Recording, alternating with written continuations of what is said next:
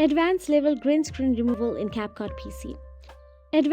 Achieving advanced level green screen removal in CapCut PC without the typical green borders requires a bit more fineness, but it's totally doable. So here is how to do it on your both Mac and Windows. First of all, make sure your green screen footage is properly lit with a consistent green background. This helps CapCut achieve a cleaner result.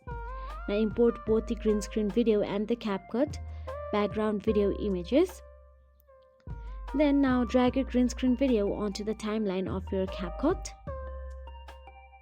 Now once you drag it, simply tap on the video option available at the top, then tap on the cutout option available at the video. Make sure to tap on the timeline to view all these editing options.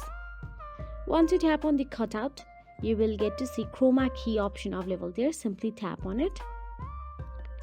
Now use the color picker to select the green color from your video. You can adjust the similarity slider to refine the keying, or you can also adjust the edge or feather setting to soften the edges of your subject. So now once done so, all you have to do is simply drag down the background images you just got for the CapCut video background and make sure to put it down the green screen video. Make sure to put the green screen video above, and that is it. Now preview the video. If you found this video helpful, please like, share and subscribe, and thank you so much for watching.